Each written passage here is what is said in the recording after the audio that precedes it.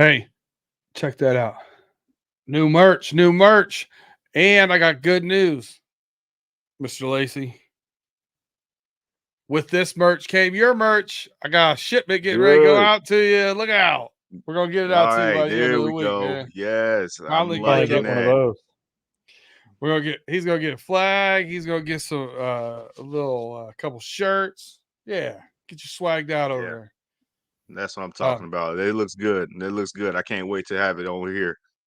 Yeah, man. This hat is comfortable too, on top of actually being cool. But yeah, good stuff, man. Hey, did you catch? Joe Burrow said he went to school at OSU, but he played football at LSU. I mean, yeah, that's facts. I mean, he did. He went to school at Ohio State, got his first degree in 3 years, and then got his graduates at LSU. But you really remember him more as a football player at LSU, way more than Ohio State. I And I to those, remember the Burrow spelled EAUX. Yep. yes, and that's what we need to basically solidify his college football career at LSU. Ohio State fans, you're not about to claim Joe Burrow on this one, man. Like, y'all never claimed him when he was there. In fact, it was kind of a reverse. You claimed Dwayne Haskins, you claimed Justin Fields, you claimed CJ Stroud. You ain't about to claim Joe Burrow now that you see him lighting up stuff in the pros. No, he's an LSU Tiger, bro. That's all I got to say. That's right. Yeah. I dig it. Hey, and on that note, I got a surprise for you.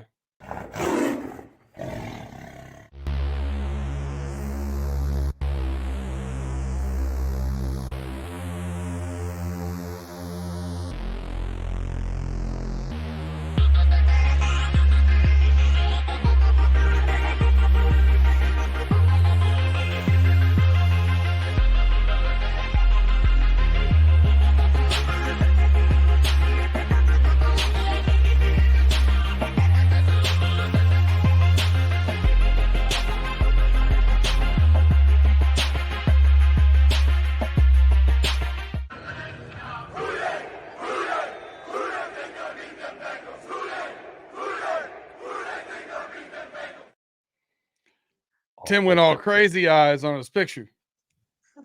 That was awesome. He finally That spelled was my name awful. right too. Yeah, we got the name spelled right. Did you see? I like for those of you that are listening on Spotify, Apple Pod, Google Pod, wherever you're getting your podcast, we thank you. Subscribe, get those downloads, rate, review. But if you're watching on YouTube, you just saw a little bit of an upgrade. Mod hooked up a little bit of an adjustment to our intro video. So now we had what I really liked about it was the all white uni dance routine there they had That was awesome.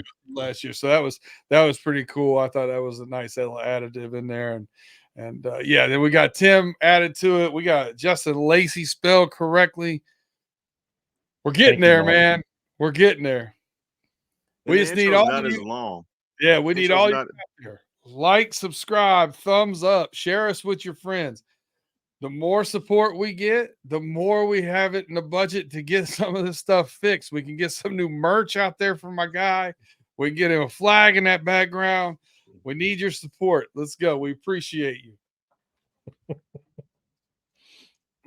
So, we did the roaring reactions on Monday instead of Sunday night because someone couldn't stay up to do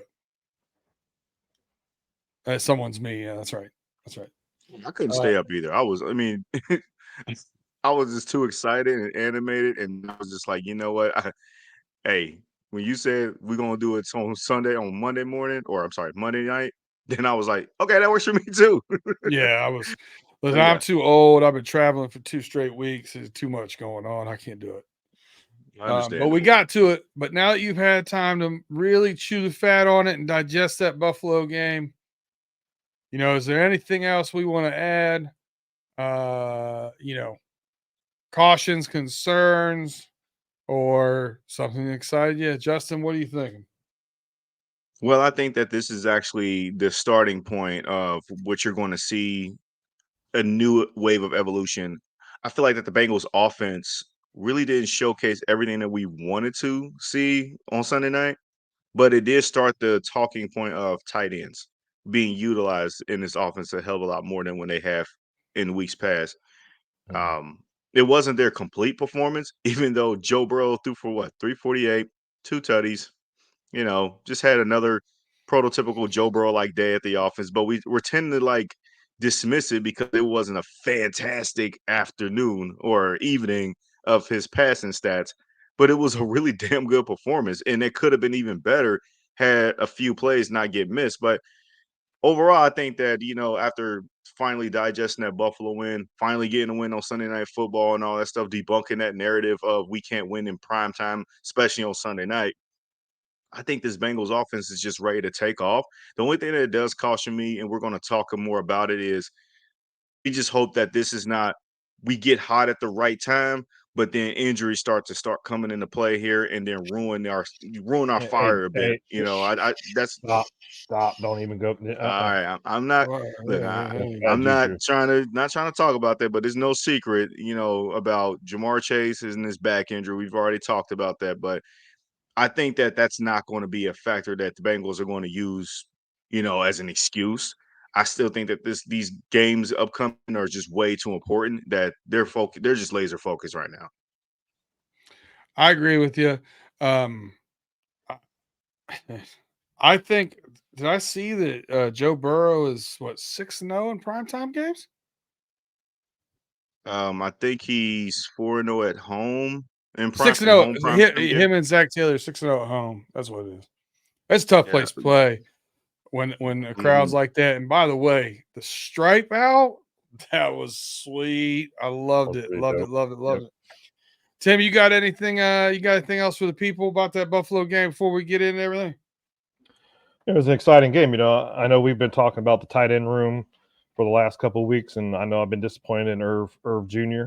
Um, did he prove me wrong?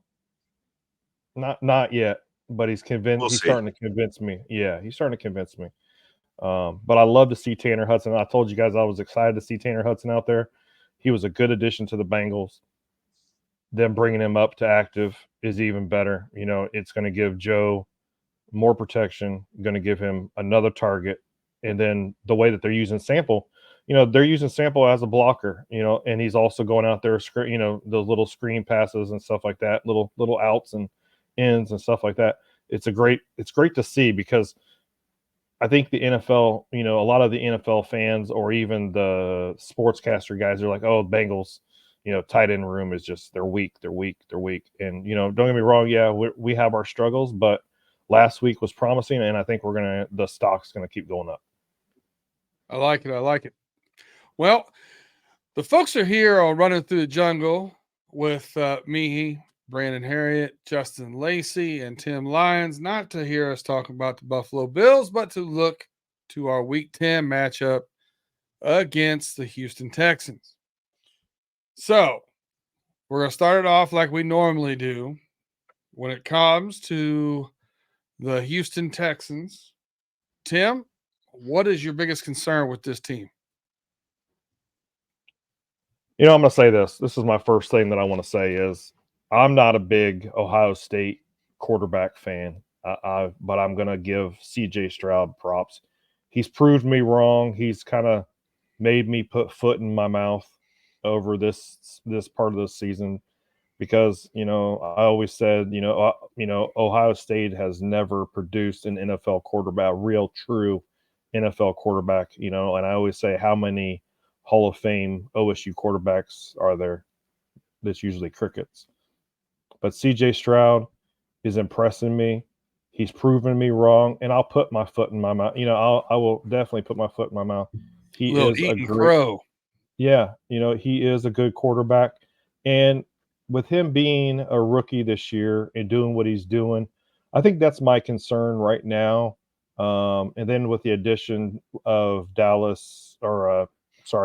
Schultz to their team, I think that's about my biggest concerns is with them. Yeah. Justin, you agree with that assessment, or you got something else that more concerning about this Houston Texans team? Let's start off with C.J. Stroud because he did put the whole NFL on notice with that bonus coverage that we saw for most of the markets that did not see that game. It was an incredible performance by him. The Bucs secondary is ravaged or just young and not the same Super Bowl Bucs led defense like it was a few years ago. This team is just not that team is just not very good this time around, and I think that Houston really is an up and coming team. They're growing. CJ Stroud just performed like crazy good. And in the rhetoric regarding Ohio State quarterbacks, I mean that was actually very correct. I mean, we thought that Justin Fields was going to break the mold, but the main concern that finally hit national media airwaves was Ohio State quarterbacks. They never tend to pan out in the pros.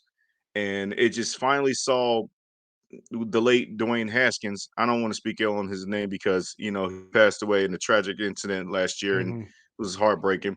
But he was the last Ohio State quarterback that got really hyped up coming out of the pros. He had threw 50 touchdowns in his last season at Ohio State in that 1 year, and that was enough. It felt like that people thought that even Bengals fans, there were certain Bengals fans that wanted us to draft him back when we still had Andy Dalton. And when that didn't work out in the pros as you thought it would, you thought like, okay, now we got to start monitoring these Ohio State quarterbacks, even if they are playing that well. Justin Fields, I feel like he got unfairly criticized when I still think he's talented. I still think that he can make it work in the pros still, just struggling with the Bears. But I also thought that was unfairly labeled on CJ Stroud because CJ Stroud produced. Like he's been producing. It wasn't going to be the same. But we kind of tend to take the lazy narrative approach and apply it to CJ Stroud. It's like no matter what quarterback you are, if you sip that Ohio State Kool-Aid, you're not going to be great in the pros. And that wasn't fair to him because I watched him, but I also got to crow myself too a little bit. I didn't doubt him per se, but I didn't know he was going to do something great like that. It was just remarkable to watch. But what's going to be the tall tale tax for him is can he repeat performances? Not exactly like that, but can he keep it up? Can he sustain it? Because now it's going to be consistency. He's got a tall order to come in here in the jungle and thinking that he's going to be able to pull it up like another 300-400 yard game, 4 or 5 touchdown pass. But that's all I really wanted to add when regards to CJ Stroud. Their roster is young. There's some names there. It kind of reminds me of the young 2020 Bengals team when Joe Burrow came in the league. Not a lot of ton of talent there, but you can see that they're growing. They're building something right there. And I do like that defense is kind of come rounding themselves into form too. They're getting Derek Stingley Jr. back. I saw that he was back at practice today. Will Anderson Jr. They got a lot of guys on the injury report, but I tend to not resurface that for the time being until maybe Thursday or Friday when I still see that guys are not practicing and that they're going to be really game time decisions if they're going to play or not. But other than that, man, this Houston team, they're feisty. They're ready to attack. They see a golden opportunity even within their own division that they can probably catch Jacksonville. Remember, they already beat Jacksonville. That was one of their bigger wins. So they're not to be taken lightly at all. And I think that we know that. Yeah, when you say they're feisty, it really is to me a team taking on their coach's personality because D'Amico Ryan's feisty. A really feisty, good linebacker, defensive, hard nosed, get in your face kind of guy. I like the way he's building that team. Now, they're not where they need to be on defense right now. They're where they need to be on offense is coming along a lot faster than defense. And I think long term that bodes really well for them because you brought in a defensive mind and your offense is ahead of your defense. I think he's going to get that defense to catch up. I think it's a little too soon for him to really make some noise. But the next 2 or 3 years, that AFC South is going to go from the doormat to the doorstep with the Jacksonville Jaguars and the Houston Texans leading the way. I think they're going to lead the charge. Those are 2 really good teams. And the AFC just gets better. It just keeps getting stronger. So, yeah, my biggest concern with and it is CJ Stroud, and yes, he is the best quarterback, I think, hands down, that right now, early in his career, that Ohio State's put into the pros. I always joke around being a Michigan fan. I'm a little bit of a troll here or whatever, but I always say, the only Ohio State quarterback that's had a good career was Tom Tupa, and he had it as a punter. So this guy's changed the mold. I told, we've had this conversation over on the Homies podcast for the past couple of years. I thought he was going to be the real deal.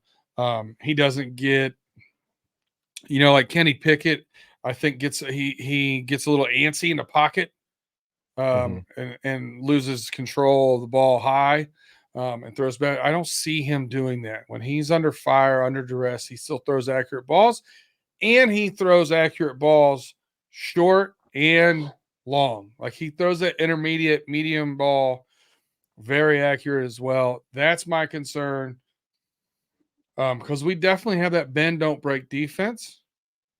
And we just kind of rely on you to make a turnover or to become inaccurate with when you start pressing, and it's going to take a better a really good defensive effort all the way around from the defensive line all the way to the defensive backfield for us to limit his ability to get first downs on us. Yeah. So I'll throw it right back to you, Justin. Keys to victory for us. What do you have as the Cincinnati Bengals keys to victory against this Texans team? Pass rush, pass rush, pass rush. Okay, there was actually a comment made with somebody, I guess, that covers the Texans. I think that video has kind of gone viral a bit. We'll zoom it back out. And Tim was talking about that on the backstage before you got on. Yeah, I've seen it resurface throughout all of Twitter, and basically the crux of it. I mean, we don't really get the full context, but I think we get the gist. Basically, made the statement that the Bengals don't have elite pass rushers, which we do. You just don't pay attention to them, and that's Trey Hendrickson. And I think that the Bengals pass rushing unit is going to get even better because now you're starting to see Miles Murphy come into form here. He was also pretty impressive on Sunday Night Football too. But the keys to victory for this particular game, you got to get out of CJ. You got to get after CJ Stroud. You just have to make him uncomfortable. I don't think the Buccaneers, after I rewatched their game today, they did not get after CJ Stroud enough. Kalijah Kancey did a few things, which was pretty good, but that pass rush for the Bucs, that defense, again, this is not the same Buccaneers that won the Super Bowl against the Chiefs a few years ago, nor was it the one that Tom Brady had the last 2 seasons of his career. I just don't buy into that Bucs team at all. But I do buy into this Bengals defense. The bend but don't break defense has to get stronger in terms of you just got to shut them down because CJ Stroud, he reminds me of, again, like I said, this does give me feelings of 2020 Joe Burrow like vibes where he can read space pretty good. And he's caught a lot of people's attention. And if you let him matriculate his way down the field, he get in that red zone and he get in the end zone, he can fire a dart and get a touchdown. We just saw that. And when he threw the last second touchdown against the Bucs to win that game. And we don't want to be that defense that just kind of goes like, now, how the hell did we let this happen? We don't want to do that. Even though I do trust our defense in the red zone that we're going to get those key turnovers at the prime spots. But let's just make it about you just got to just shut this offense down and that they got to show we got to show that the defense to the offense got to show them a hard code lesson that yeah bro we're not the Bucs and we like you CJ Stroud, you're doing great things in the league, but this is not going to be your moment that you're going to come out here and then just think you're going to outperform our guy who's becoming more polished. And we got that guy Joe Burrow too. We've seen this in our house. So that's what I say is the number one key to victory for me personally is the defense. Get after CJ Stroud, make them uncomfortable, force turnovers. Yeah, I'd love to see some pressure without a doubt on the I mean from the middle of the field too. Like I want to see DJ Reader getting upfield, BJ Hill getting upfield. I want to see some pressure from the middle too. Tim, what do you have as your key to victory, your keys to victory here for the Bengals on their Sunday game against the Texans? Well, I'm going to keep the protection and wrapping it up out of it this week. All right. But I am going to say we need to protect Joe Burrow. I know Texans are going to bring a lot of pressure. I think they're ranked fourth in pressure on quarterbacks. But Joe Burrow has also, in the last 5 weeks, thrown 7 touchdowns, 1 interception, and that was under pressure. So he's actually performing better under pressure, but I believe our protection is better, now of hasn't been in the past. I think if we open up those holes, again, run the damn ball. I think we should see maybe them running the ball a little bit more, and protecting Joe Burrow. Like I said, protecting Joe Burrow, running the football. That's about my only key to the offense. That is. So yeah, and I agree with what Justin said about the defense as well. I do have. I understand they're good at getting pressures, but I will say this: Texans are ranked 28th in the league in sacks. Right. So where they do get pressure, they don't get home very often. You don't get home against Joe Burrow. What you just said with those numbers, he's going to make you pay. Listen, I know we've got T. Higgins on limited practices. I know we've got no practice, with Jamar Chase. I don't care who's out there. If you don't get to him, I think he's going to make you pay. Also, this Texans defense has a lot of people banged up, a lot of question marks in their defensive secondary, and they're right now 31st in completion percentage allowed. Joe Burrow's been pretty accurate recently. Mm-hmm. I think this is one of those games where you see another one of his big strings. I wouldn't be surprised if you finally see him get 22 straight. I wouldn't be surprised if you finally see him get that record, from Ken Anderson on consecutive passes to start a game. I wouldn't be surprised if you see that. I think this could be a situation where, he does get those big passing attempts, yards, completions. And the other thing is, before you go, Justin, turnover differential. Right now, the Bengals are tied for first in the NFL with +9 turnover differential. Young quarterback, I think you need to go get this turnover differential, and that'll be a big part of it too. What do you got, Justin? Well, you ain't had to put me on big screen mode on this one. I was actually going to agree with you on the completion record because, I think medium screen. There you go. We all equal here. When you brought up the 22, is 22 the record or 20 is the record? 21, I think, is the record for Okay. Ken Anderson. I 20, will take 20 that or a step 21. further. I will take that a step further and think that he should have the NFL record at some point with 25 straight completions. I think Phillip Rivers has that record. And before that, Drew Bledsoe had completed 22 straight. No, not Drew Bledsoe. It was Mark Brunell. He was the one that completed 22 consecutive passes. And that record stood for a long time. And then Phillip Rivers broke it with 25. So on the last 5 years of his career or something like that. Joe Burrow has a chance to break that record, and I'll take that a step further from there. I don't think that the Texans defense is all that great. Again, they're a young team. They got young pieces, but they haven't grown to anything yet, and they have way too many injuries right now. That's on the injury report. Again, I don't take that for granted, for a grain of salt right now, with it being Wednesday.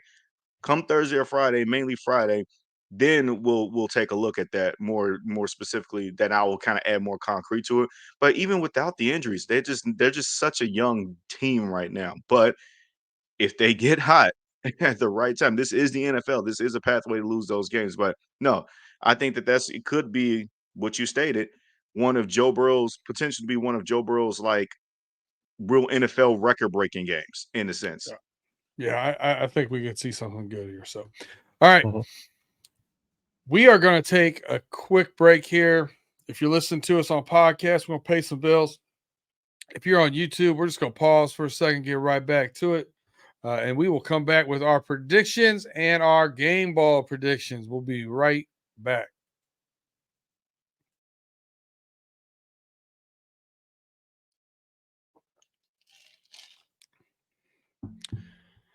All right, welcome back to Running Through the Jungle.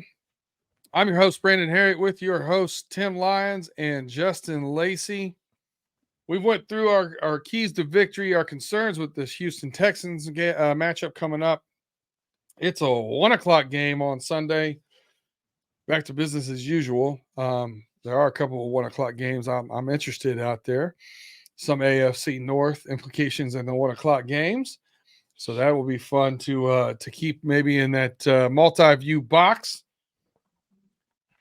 But it's come to our favorite segment here. We're going to go straight predictions. What's your score predictions? And what is your game ball predictions for offensive and defensive game balls?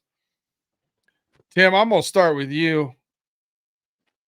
What do you got for the score, and what do you got for your game balls for this week? I have the score being 32-21 Bengals. I think this is going to be, a higher scoring game for us. And Joe Burrow's going to, have a couple more touchdowns than what he usually does. My offensive game ball goes to. I wrote down T. Higgins. That's who I'm giving it to this week. T. Higgins. I say he's going to probably have 100 yards and a touchdown. Because right now we don't know if Jamar Chase is going to be playing or not, but I think T's gonna have a good game on Sunday. Defensive game balls. I'm going with Logan Wilson. He's going to have 10 tackles and an interception. All right. I like it. I like all three of them. How about it? I like it too. Yeah. So, is this going to be one of those weeks, Justin, where we start going a lot of similar predictions? What do you got going on here? Your prediction for score, offensive and defensive game balls. What do you got? Well, I like the offensive game ball for both offense and defense. For you, Tim, I'm not going to go the same route just because I don't want to be a cop out guy. I'm not going to be like that. But the score prediction does kind of hold a lot of weight for me, and I don't want to be that guy, but I'm probably going to agree with you because I just feel like that this is going to be one of those games where it's like, hey, Houston, we like you. We think that you got I'm investing long-term stock with you in the future that you're going to rise to become a better team in the future. But I don't think it's going to happen right now. And if it does happen for them after, like, if they beat us, then they're going to put the whole entire NFL on notice even more. Like, okay, yeah, this team is legit, and that very well could happen. I'm not going to predict that to happen, but I tend to think that the Bengals offense is just going to outmatch these teams. Joe Burrow is going to outdo and outclass CJ Stroud. Again, the young pup, Burrow is entering his prime in his fourth season. He's been there, he's done that, and he's absolutely proud of what CJ Stroud is doing. But I'm still going to stick with Joe Burrow. I like the score that Tim gave, so I'll give that prediction too. Maybe it'll be like 34-24 or something like that, 32-21 around that range. I'll stick with that score. But for my offensive game ball prediction, I'm actually going to go Tanner Hudson. I think that he gets in the end zone. I think that he shows that he is a reliable tight end. I believe that by the end of the season, that he will be that number one tight end. I think a number of people already predict this as I've been listening to other people's shows, but I was feeling this way too as I was hearing it. Tanner Hudson is going to be the guy that's going to rise to the cream of the crop, I believe, out of the tight end room. I think they're going to bring all of their tight ends active, and he made the most impactful plays on Sunday night. So I feel like that they have found some value there. And it's about time that the Bengals develop a legitimate player, like a big time player that doesn't have to be, because we drafted him in the first 2 rounds. It don't have to be like that. It can be a hidden gem that we can finally grow up. Like, remember when we had Geno Atkins, 4th round pick? Michael Johnson back in the day is a Mhm. 7th round pick, big time player. Like, it's about time the Bengals find some guys like that on this team that you don't got to be a first or second or even a late 3rd round pick. You can be a guy that can be a street free agent that was a cast off from other teams and do something now, like a George Kittle. I'm not saying he's going to be Little George late Kittle, but bloomer. Yeah. a late bloomer will be. That's a great way to put it. I did compare his storyline that he could potentially be a George Kittle without comparing him to George Kittle, but I could see him being like Dalton Schultz, who Houston has, and I think that Tanner Hudson can be just that. So he gets my game ball on offense. On defense, I'm actually going to go with the Cincinnati kid, Sam Hubbard. I think that I think that they're going to be keening in too much on Trey Hendrickson, saying that, oh, he's the anchor in the pass rush, and that's right. But you're going to forget the Cincinnati kid is right there too. And while the story is going to be CJ Stroud playing football back in Ohio, yeah, CJ Stroud, you didn't play football in Cincinnati. That's Sam Hubbard, and he's going to show you too that this is his city too. You know what I mean? So that's him. He's my prediction for a defensive game ball for me. I like it. Another good call on defense. I think if Sam Hubbard gets our defensive game ball, we're going to all be happy with how the game goes for sure. I'm getting that pressure on CJ Stroud. My predictions already written down. I don't waver from them. I keep them the way they are. I throw them straight out. So I got Tim at 32-21. I gave Justin 34-24. He gave me a couple different picks, but I have down 33-24. So we all see that we all see the score kind of in a similar light here. I agree. I think we're going to see some big numbers with Joe Burrow. I think we're going to see the ball spread around a lot. I think we're going to see that kind of where we control the ball by passing a lot.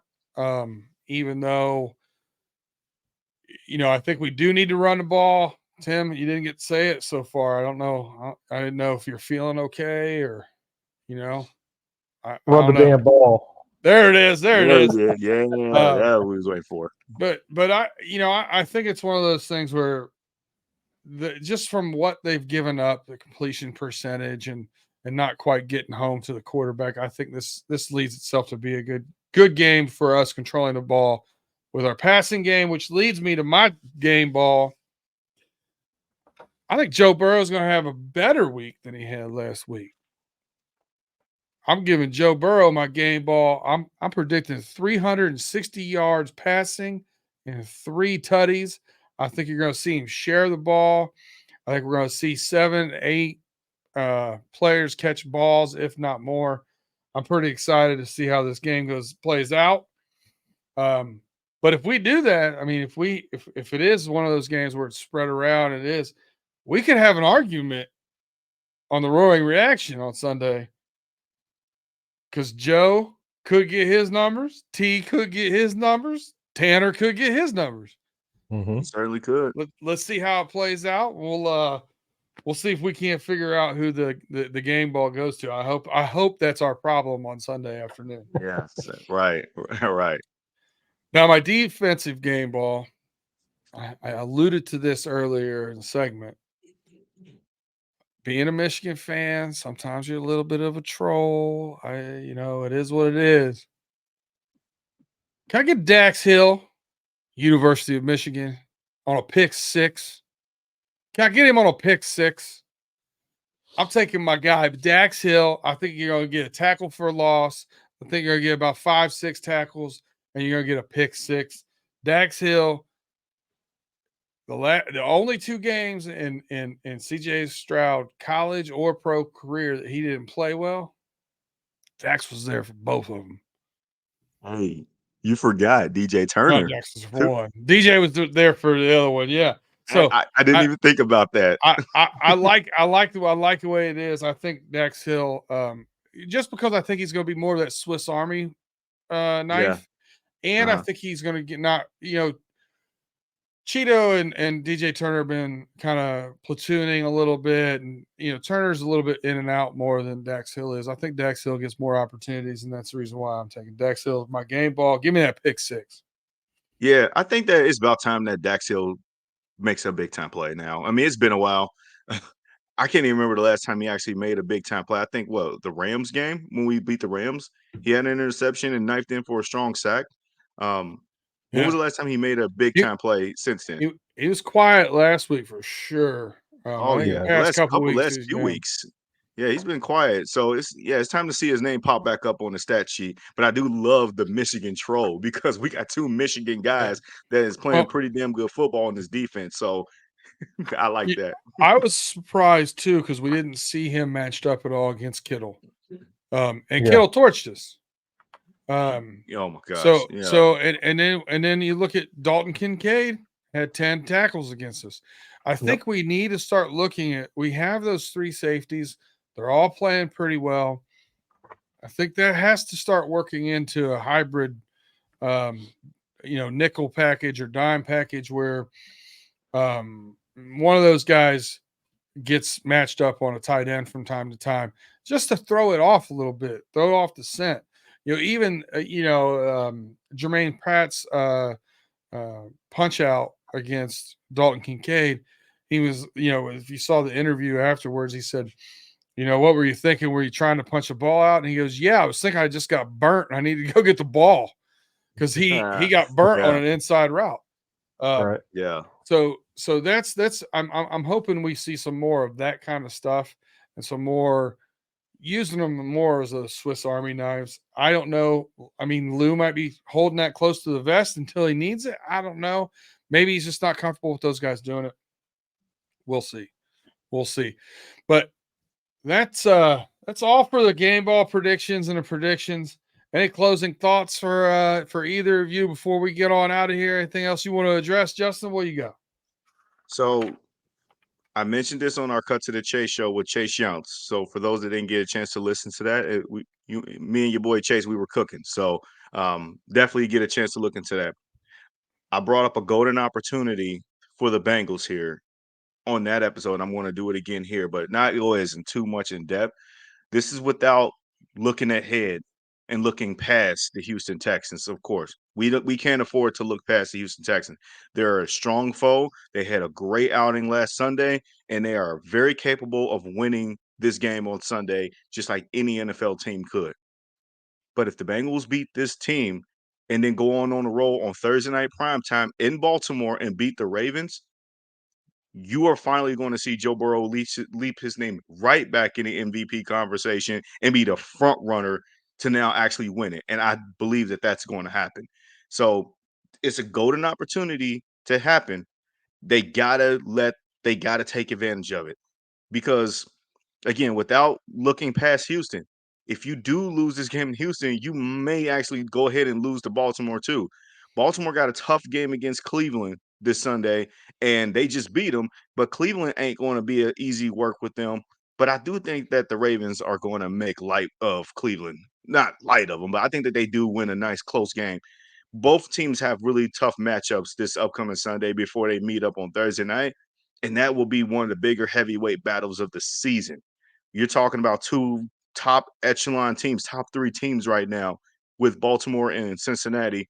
And without looking ahead, but this is a golden opportunity if Joe Burrow wants to get his name into the front running of the MVP award, because it's wide open. You got to win these next 2 games and then continue on winning even more. But it starts this upcoming Sunday. You can't lay an egg against Houston, especially at home. And you got to win that game against the Ravens on Thursday night. But those are my parting shots.